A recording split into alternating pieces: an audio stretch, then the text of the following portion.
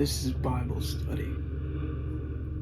Moreover, it's the teachings of Yahshua, where we can learn more about ourselves and the energy in which we operate in everyday life. Not just 2,000 years ago, but in the modern day. We can do this by understanding what Yahshua was trying to teach, that no one really touches on today. Energy. How you show up in the world. How you show up at home, and how you show up alone. All three of these should be synchronized with who you are, where you've been, where you come from, your past, present, and future, and now. You should show up to everybody the same. And that's how Yahshua did it. He treated the beggar just like he treated the noble. Let's get into this. Today the story is, he appeared to many. Yahshua made arrangements with his disciples to meet them on the mountain of Galilee. There, the 11 gathered with over 500 of his faithful followers. When they saw him, they worshipped, though some still doubted. Then Yahshua said, "All power is given unto me in heaven and in earth. Go you, therefore, and teach all nations."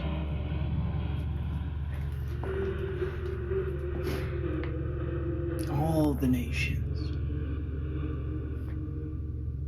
Even though they still doubted his high honor, his ranking in heaven, his ranking on earth, his station and office, they doubted.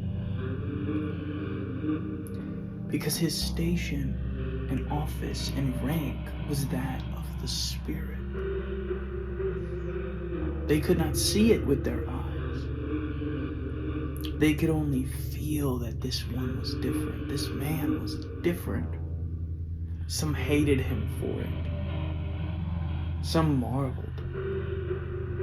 Some tried to have him assassinated. Some tried to compete with him.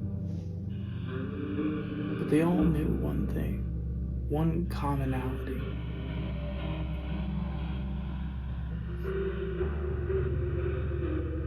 He was powerful. They did not know where his power came from.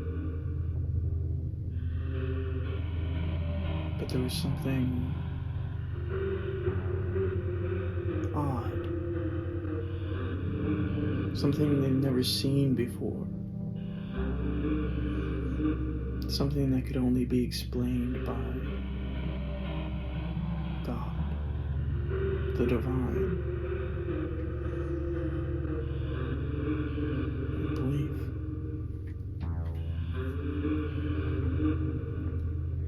Baptize them in the Father and of the Son and of the Holy Ghost, teaching them to observe all things which I have commanded you. And lo, I am always with you, even unto the end of the world.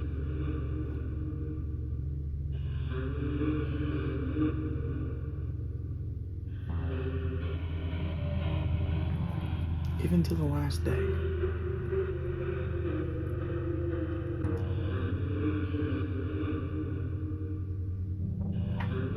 What does that mean? He represented himself as more than what people believed in his day.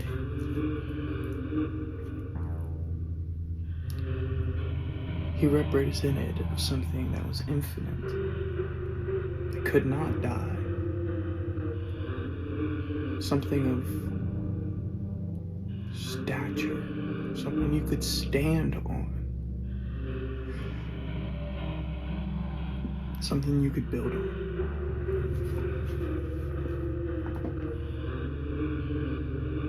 And that's beautiful.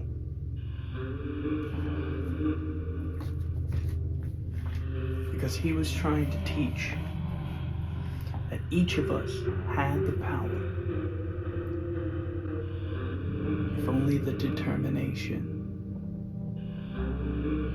to seek that power.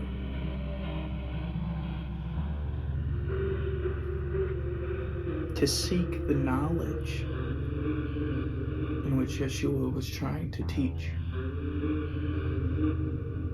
To understand the truth. To understand the beauty of all things.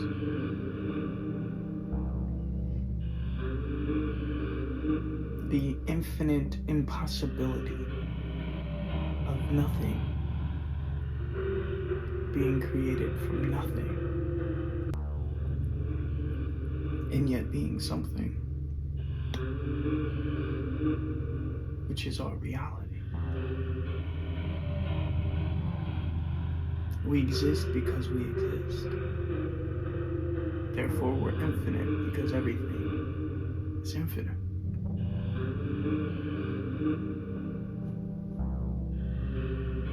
It's just the way things are.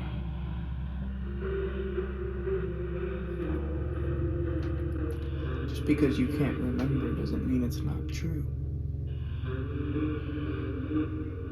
Just because this body decays does not mean it can't be resurrected. You can't manifest yourself back. There's more than meets the eye.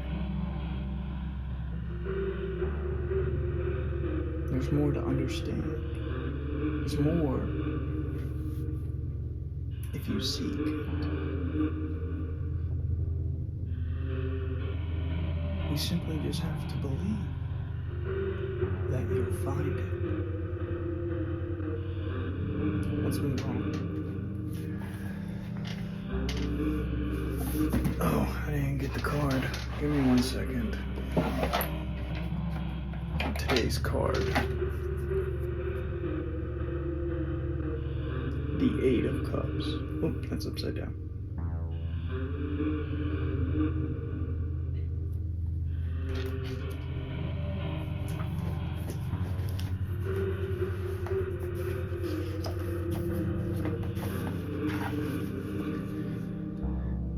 The 8 of Cups upright. The Fool has surmounted the escapism of the 7, but she quickly finds that she has made the wrong choice. Originally, this path brought her happiness, so she invested herself wholeheartedly. However, she is disappointed at the outcome. Regardless of how much she tries, she still feels empty. Though painful, she knows that she must leave it behind to find true happiness. Reverse. The Fool attempts one more time to make an unfortunate situation better. The disappointments continue, and she may be losing hope still. She finds it difficult to throw away something she has put so much effort into. She may feel less scared living an unfulfilling life that she knows versus one that has the potential for true fulfillment, but is full of the unknown. Now, I have a tendency to make these Bible studies when I'm in the energy of the card. Don't ask me why. It just happens like that. So if you know what's going on with my situation, like, at all, then, yeah. If you don't, you need to start from Bible study 1 and head back there. But yeah. You know, when you face situations and they're difficult, you move through them the best you can. And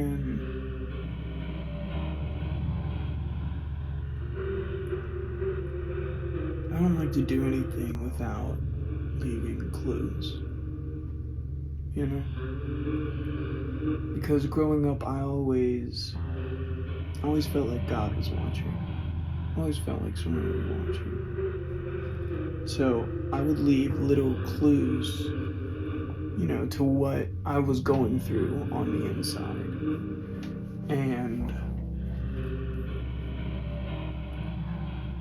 what I've been through, you know, and what people put me through. And that's how I'm able to, like, recall so much stuff. That's how I'm able to write books about it. That's how I'm able to do all kinds of stuff. And, you know, these clues allowed me to create markers in my life.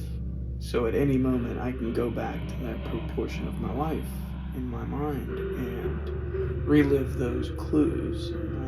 I really, you know, I remember leaving drawings of a video game.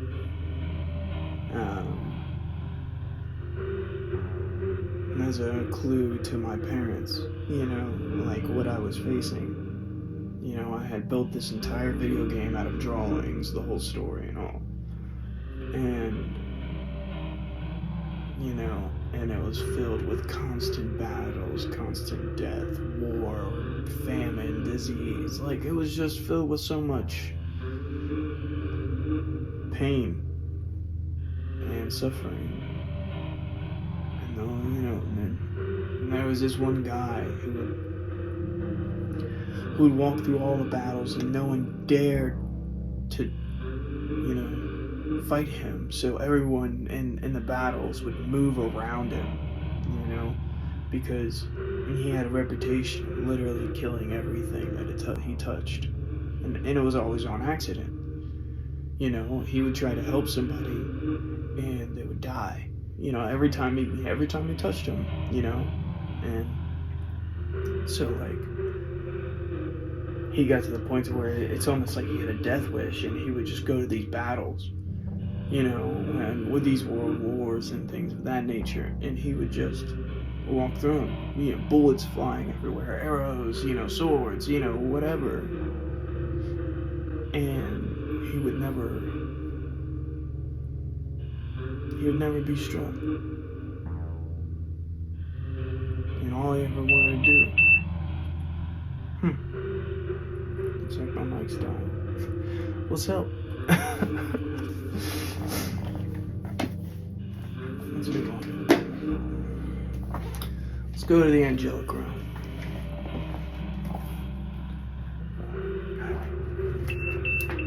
Okay. Sounds like an old, what was it? Old PC, you know, when you the dial up, yeah.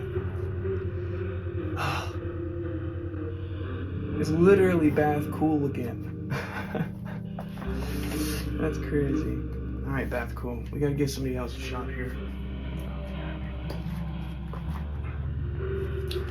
Mother Teresa. Mother Teresa will help you find your life's purpose, overcome grief, heal a broken heart, and comfort a child. Invocation. Mother Teresa loves to be of service, so feel free to call upon her. She was a simple woman, so you don't have to do anything fancy. Light a white candle, call her name. Explain what you would like her to help you with and ask for her assistance. Open your heart and spend some time in silence so you can hear her suggestions. Denise is awesome. And Beth Cool's awesome too. I ain't even gonna hold you. She showed up more, than a lot of angels. Not saying that she's any better, but right now she's hanging around a lot because of everything. Alright, let's move on. Time for the demonic realm. God.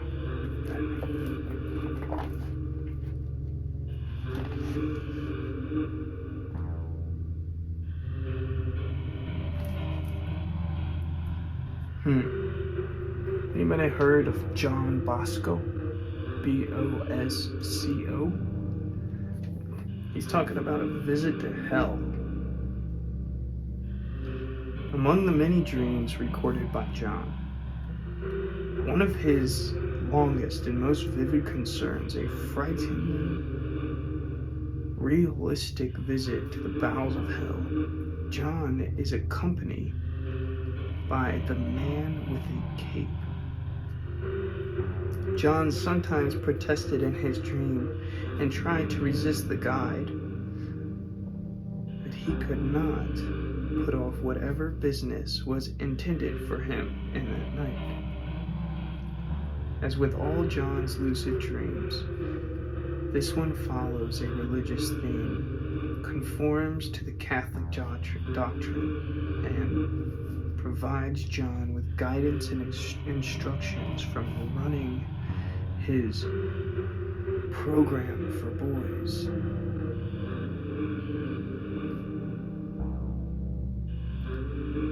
The visit to hell took place over 2 nights.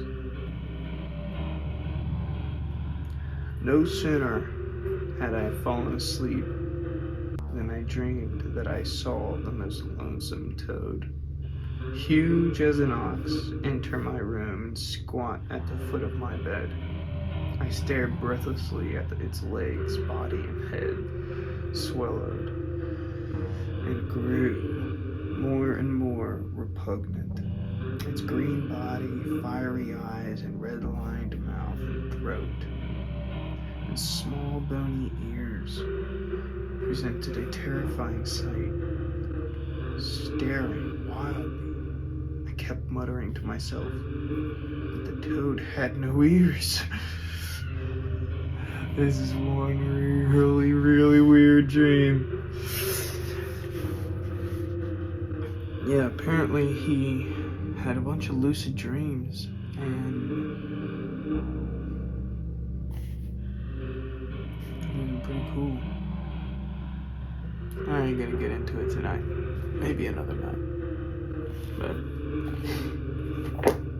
remember, you don't have to believe everything you hear, everything you see, especially on the internet. You can discern for yourself. I trust in your judgment, but I also ask you to trust in mine. I have researched these things all my life, and there's one thing that I can tell you for absolute certainty. I wouldn't be doing this for no reason. You guys take it easy. It's always up for your interpretation.